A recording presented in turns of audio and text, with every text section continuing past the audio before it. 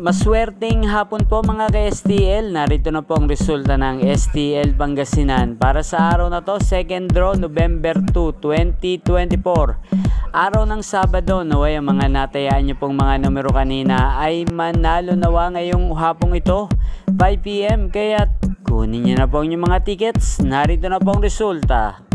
Para po sa STL Pangasinan, second draw result, 5 PM ang mga numerong nanalo. 5 at 37 in exact order. Sa lahat po ng tumaya kanina para sa second draw ng 5 at 37, congrats po sa inyo, panalo po kayo.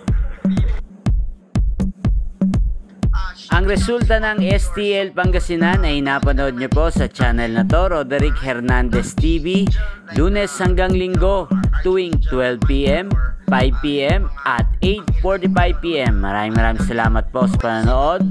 Huwag pong kalimutang mag-subscribe.